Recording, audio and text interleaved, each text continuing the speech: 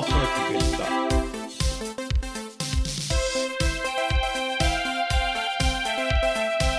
Hey, I'm Obi. That said, we are your favorite podcast. This is the Garden Host Guest, wherever you get your podcast, whether Apple, Spotify, YouTube, we are there too. No, can't see a smiling face, but we are there. We are your favorite podcast about nothing. Ed, how are you? Obi, I'm doing great. It is back to school week, back to college week, and in some cases, get your first adult paycheck week. It is. It is. And I'm going to jump right in there and back to school because, first of all, I got to ask you how you feel because a couple things you posted to Facebook, dropping off your oldest, and she clearly told you, I don't need you to come past the curb. I've had enough of you, old man. But on top of that, and I don't know how to say this, but I've seen pictures. I've met Sam once. I've seen pictures of her growing up. She reached another stage of adulthood in her life looking at that picture. She went from old girl to young woman over this summer. So, Ed, you must really be feeling it that daddy's baby's girl is out and wants nothing to do with you. Well, it's interesting because obviously those parents that are listening, it's each year the kid goes away. Well, I think each year the kid goes to school, right? They look older. Like kindergarten's different than first grade, then obviously, all the way through. And then I think college is the same. But I think it's for both, right? Like, okay, I tell you what, it was easier to drop her off this time. And I think that was for all parties involved, right? It was easier to drop her off this time. Yeah, but part of that's because she doesn't want to be home. So I think it's easier. Like if your kid isn't begging to stay at home, you're kind of like, okay, see you later. Yeah, no fear. She's like, this is my dorm. Peace, Dad. See you later. Yeah, but truth be told, though, like she let us move all her stuff into her room. It was that, so okay. We're in her dorm. Like the picture was a little misleading. So the picture was after we had already moved her in, took her out to dinner, and then brought her back. Oh, okay. That is, let me, my freshman year, my first roommate I had freshman year, he was the third son. And his parents literally dropped freshman dorm dropped all his stuff off on the curb, and he was carrying the boxes up himself. Well, listen, I got somebody who, his kid goes to school farther away, like 6 or 7 hours, and he's going back for his junior year. And I said, so did you drop him off? He goes, nope, he drove himself back. See you later. He got a storage area, so he dropped his stuff off after sophomore year, drove back beginning in junior year. And mom and dad had to say goodbye in the driveway, obviously. So there's all levels, right? There is. There's the guys, and I've seen so this big thing on social media clearly did not exist back when we were going to school. It's called, you may have seen this, but it's called the move-in day dad.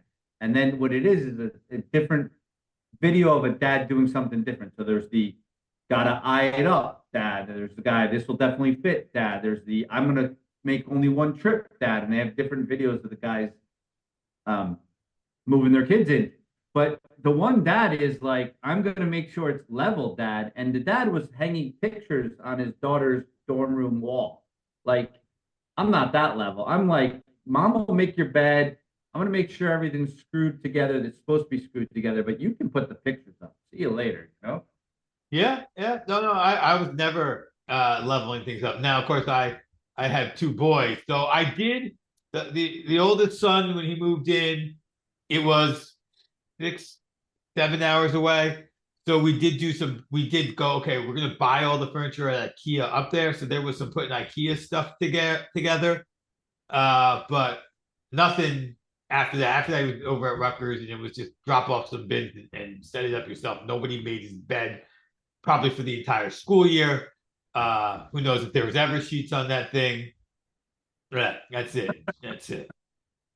Boys are completely different. There's a female comedian, I forget her name, but she did this whole bit on, I moved my daughter into college, and she listed off like in quick fashion, like 50 different things. And then I moved my son in, and he brought a hoodie, sweatshirt, and shorts, and a pair of sneakers. That was it. That's all he needed. and that's all he needed. Right. Yeah, yeah. No, my son's having trouble because all of a sudden he needs business clothes. So he's like, how many different shirts do I need if I go in the office 3 days a week? And do I need a jacket, a sports coat, or a sweater? So yeah, he's trying to figure that out. Well, Obi, I'm not sure he's got much money left because I saw the photo you posted of his first adult paycheck purchase. Oh yeah. Now, so two things struck me as that. One struck me as that I can't recall. So just so everybody knows, you're not going to see the picture. We're not going to post it as part of this episode. But the fact of the matter is, the young man was standing there with a PS5.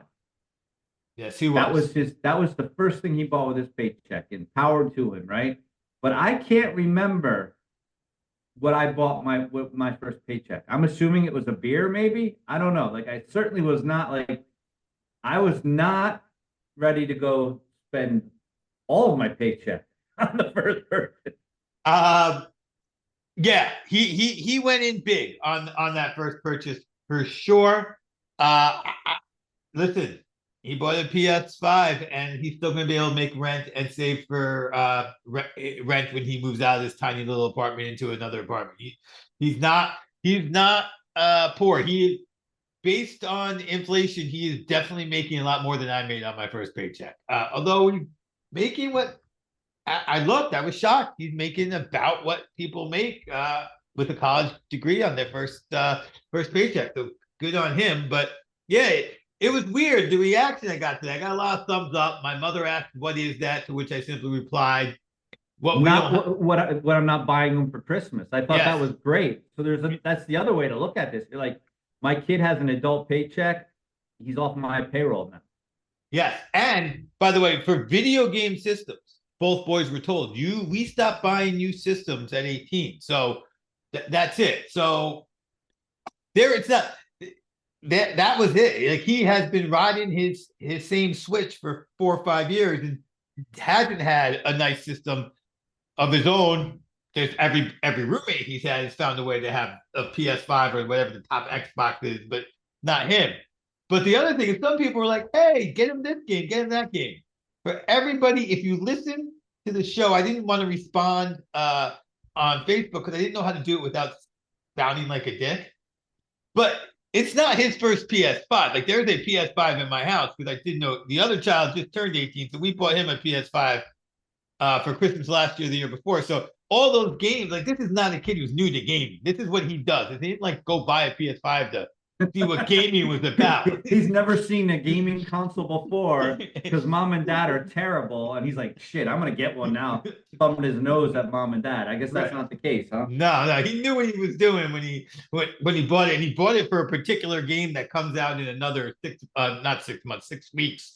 So it's at home now, so he can get the setup all right there because there's so many wires at his apartment as three men living together will have on one TV. So he wants to make sure his spot is reserved. So here's the thing about that. He's not setting it up in the closet because I believe I asked you if there was room for a TV in there. I guess not for a PS5. So I was misinformed about both positively and negatively around what this apartment looked like. So I got to go into the apartment this weekend. Now, did your wife go into the apartment? She did not. Okay. Because my son did not want her to, thinking it was disgusting. However, this apartment was by 20-year-old man standards immaculate. All right. But Obi, we both know 20-year-old man standards and mother of said 20-year-old standards are completely different. They are completely different, but it was much nicer than I was prepared for it visually. However, he is not actually in the closet. He is in the living room area, and off the living room area, there is a tiny kitchen, galley kitchen with I think they call it a peninsula, but it is set up very bizarrely. His bed is in the living room, so in the shared space. There is a TV there, but like I can't believe how these dudes have this place set up. I mean, you don't have to be a fashion designer to realize you have used your space poorly. You just have to be a couple of guys who want to be able to watch TV successfully to realize you have this thing set up poorly. So I think there's some reorging going on so that he can bring it in. And he is bringing his own TV there because his TV that he's had is bigger than the TV that the guys currently have. So So there's these some. guys are loving the fact that they got some guy sleeping in their living room because he's like bringing a PS5 and a better TV. I think they should be happy about it, and they are charging him accordingly for living in a living room. Now he does have his own closet. That's what he was trying to tell me. So what he was trying to tell you is, Dad, when I'm gonna get lucky, I'm going into the closet. Some walk-in closet, we'll go. Which is why he explained there's room for a bed in that closet. Right, which is what he was saying. But the bed is not physically in the closet. Okay. Yes. Well, So, unless it needs to be in the closet. Unless it's what they consider a lucky night. Right. So better living situation than I expected for him. All right. So you said you had a list. So I had to bring that up because I just didn't remember my first adult paycheck purchase. I just thought that was interesting because I think he'll remember it. Yeah, I don't remember mine either. I'm with you. I mean, by the way, he probably did also buy some beers with that first paycheck. But yeah, I didn't go and get a thing. But one of the things that I've noticed, Ed, going around town. So let me ask you something. Just look at your clock, and you don't need what time does your clock say? It says 7:44. As does mine. As does my phone. As does my watch. Remember back in the day, you'd watch a movie and they had to synchronize their watches? Yeah. Every time is the same time now. We are like on permanent sync time. And I thought, how Gen X of us to that we lived in a time where you had a analog watch, forget digital. And everybody's watch was a little different. A little bit not the same. Now, other than my microwave, all my clocks are exactly the same. Are they? So you don't have any like battery powered, like clocks, old school clocks in your. I have no clocks on the wall. We have our microwave clock. So, in all honesty, there's the microwave clock and the oven clock. They get set manually, and so they can be off. And then in my bedroom, there is a old-fashioned alarm clock. It's still digital, but it basically is the same one that you had when we were in college. That is set like 15 minutes ahead on purpose. But yeah, the rest of my clocks are all computerized and they're all the same time. Yeah, I'm not there yet because I'm like almost a boomer, but I think the issue, but what you're going is right. My watch and my phone are synced. And my kids' phones and watches are also synced to the same place that my stuff is synced, which is the cloud, right? Right. And so you're right. No one has to do that, and everyone has the same time. And if you do find a clock, and I'm not talking about microwave or oven clocks, because they're always off. But for example, in my car, if I'm just listening to Sirius XM, the clock is actually off by 2 minutes. But if I turn it to Android Auto, the clock is correct. Okay.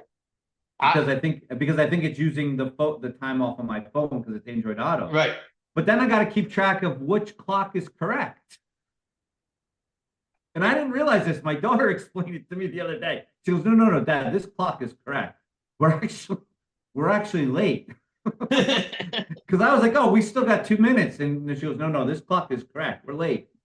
So that's weird. So I still have some weirdness in my life. In my old car, that the clock in the car was manually set. It was not connected to my phone. My new car is, but it would also lose time. So by the time we had 6 months passed and we had to change the clocks, it was off by 3 minutes. It did not keep time well, the clock in my car. So I think that's something that we probably don't have to deal with anymore is clocks that don't keep time. Yeah. Remember in school, you always had that one classroom where the clock would lose time, but they would lose time in like a week. Yes. By Friday, you're like, shit, what's going on here? Like, I thought we had more time on this test. Let's go. Yeah. Hold on a sec. Wait, what? Yeah. And then there was the one, and then there was in my school, there was the one clock that seemed to be tied to the school bell. Like you would hear it go, click. Yeah. Exactly. And then and then other classrooms, it was like this class is an independent thinker. And then you find out that there's like a real thing, like there's a business of school clocks because they're all supposed to be connected. They were like supposed to be the first example of synchronized clocks, Right. but they didn't always work for whatever reason. Probably because one broke and the maintenance guy didn't want to fix it correctly, and he just went to like Home Depot and got like probably back then it wasn't even Depot, it was like the Acme, and just got Rickles. and just got Rickles and a Channel. yeah, and just got a clock that looked like the other ones, but wasn't actually connected. Maybe that's what happened. Right. Because they just ran out. They just ran out. Speaking of us not knowing what's happening, we have two users. I think we got them confused talking to each other back and forth. Because you asked me who's Ruckus, and I was Yeah. like, I don't know who Ruckus is. We've never known who Ruckus is. Then I read Ruckus's comment, and it was about the house that we used to live in, and he said that house. And as soon as I read it, I realized Ruckus. Ruckus is my brother. Ruckus is not the person we don't know who they are. Ruckus, I can't remember why, but early in the days of handles, my brother had to handle Ruckus, and anybody who was a fraternity brother of ours would still call that house the house. It was as horrible as it was the house. It was the center of everything we did. So Ruckus is my brother. The one we don't know is the one who came for me, and you backed him up. Replicant.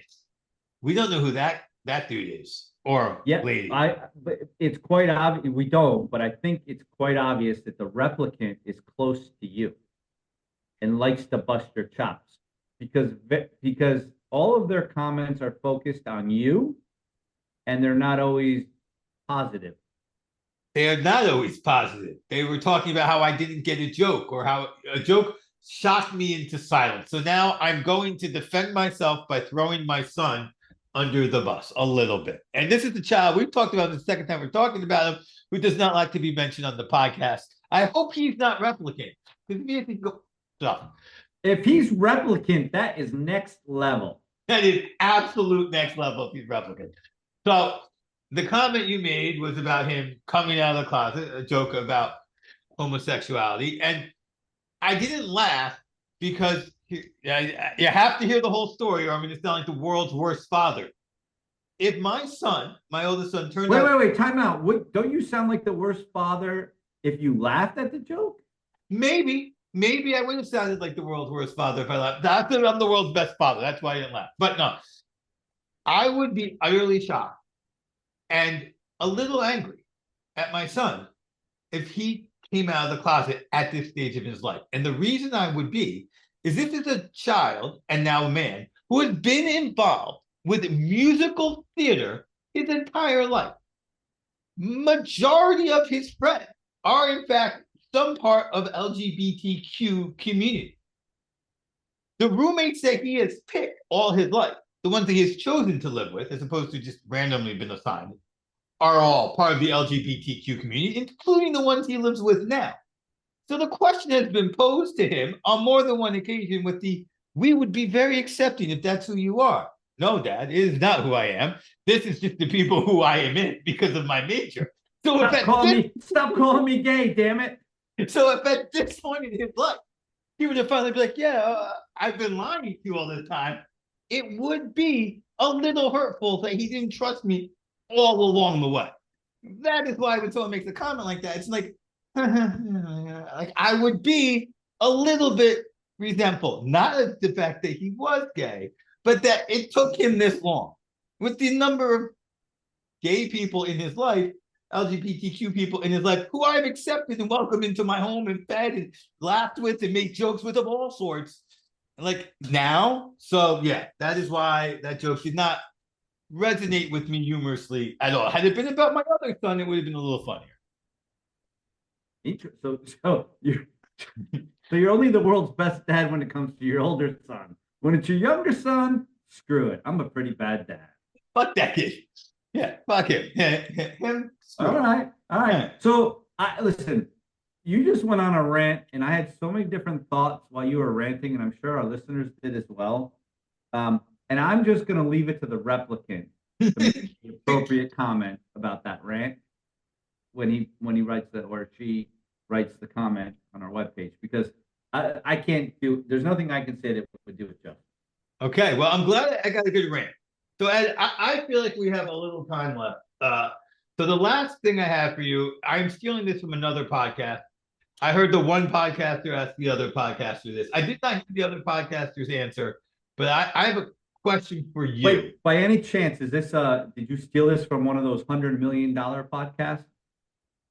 $100 million podcast, you mean the ones that get people make money? Yeah. Recently, there's been like 3 podcasts that all signed like $100 million deals with Sirius XM. I don't think these guys are that big. No, I think Okay. that I think I see a lot of what they do on TikTok.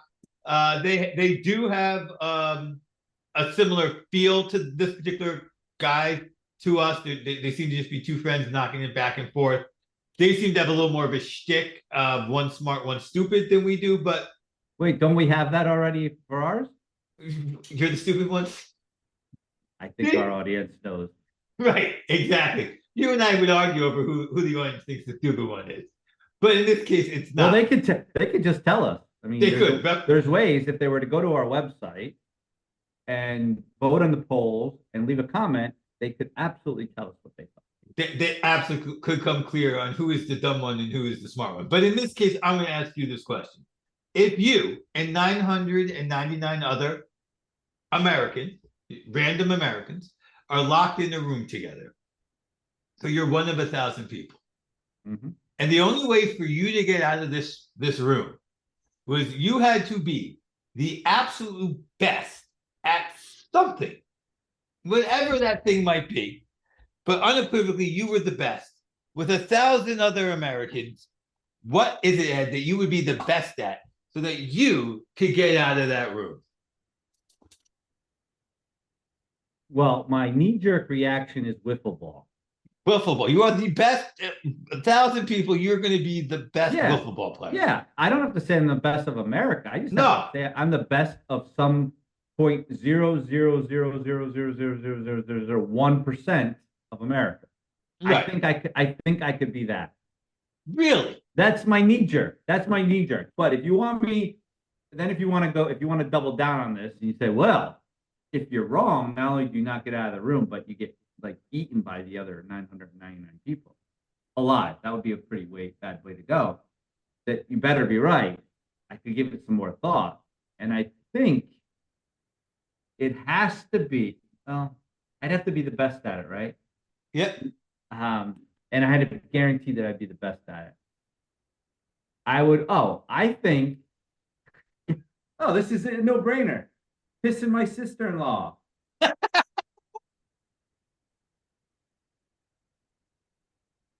a no-brainer. I am going to say with that second one, nobody.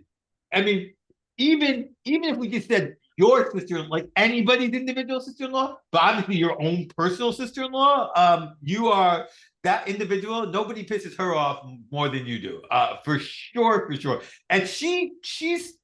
We've told other stories of her getting pissed off at things, but you are the absolute champ at pissing her off. I'm not going to argue. I am going to go back to wiffle ball. I want to know what makes, because I have known some pretty good wiffle ball players in my life. I knew a guy who could throw a legit riser. I knew a guy who threw both a curveball that came from behind you and would hit the chair, so you had to like try to get hit by it, and at the same time could throw a fastball that was for wiffle ball particularly fast and hit for power. Was probably the best wiffle ball player I knew. Didn't make it to the pros in the NFL, but he was the best wiffle ball player I have ever played against. Those are two really good wiffle ball players. One turned out to be a professional athlete, and in your case, if you got unlucky and one of these 1,000 people was a professional athlete, probably better. But the other guy was a damn good wiffle ball player and was not a college athlete. So what makes your wiffle ball game so good? First of all, I only have to be better than 999 other people. Right, and I'm a gambler, and there's a good chance your two buddies aren't in the room with me. No, there's a good chance. No, but I would say my second friend.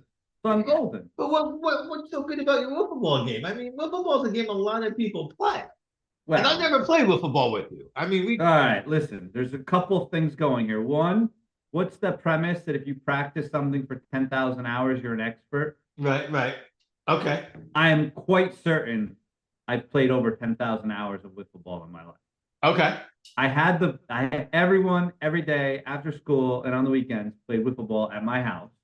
I had lights in the backyard so that we didn't Okay. have to stop with daylight. That already puts me above other people. Oh, you I you had definitely I had the did you yard. keep I you had did the you field keep in my yard. score? Hell yeah. We I had don't mean the score of leagues. the game. I mean score, like stats. Like if you were watching the Yes. base. Okay. All Yes. right. All right. Yes. Okay. So you got that. So I'm quite certain I'm an expert Okay. just by the sheer definition of the 10,000 hours. So again, mathematically speaking, out of the United States, what are the odds that out of all the wiffle ball experts, one of them is going to be in the room with me? Very, very slim. Very, very slim. Second of all, I'm actually a professional wiffle ball player because I took prize money on more than one occasion for playing wiffle ball. So therefore, that takes the expert down even lower to someone who's actually made money playing wiffle. So those are my two things. I rest. Oh, and I was on a team that at one point was ranked top 10 in America. Okay. Ed, what position do you play in football? Are you a pitcher or just a fielder? I was a pitcher on occasions. I was not the lead pitcher. I kind of pitched when everybody else's arm fell off, and I was an infield.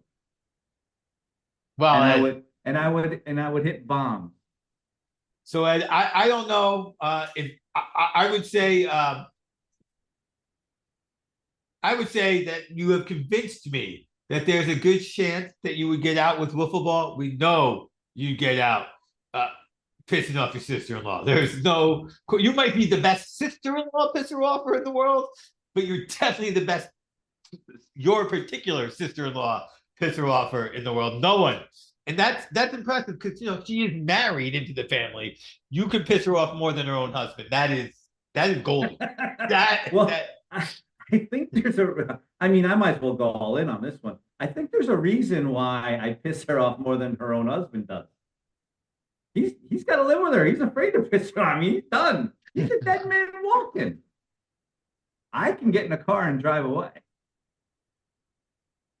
it is true. It is true. Sometimes it sucks to live with somebody you're going to piss off. The charm is that we suck.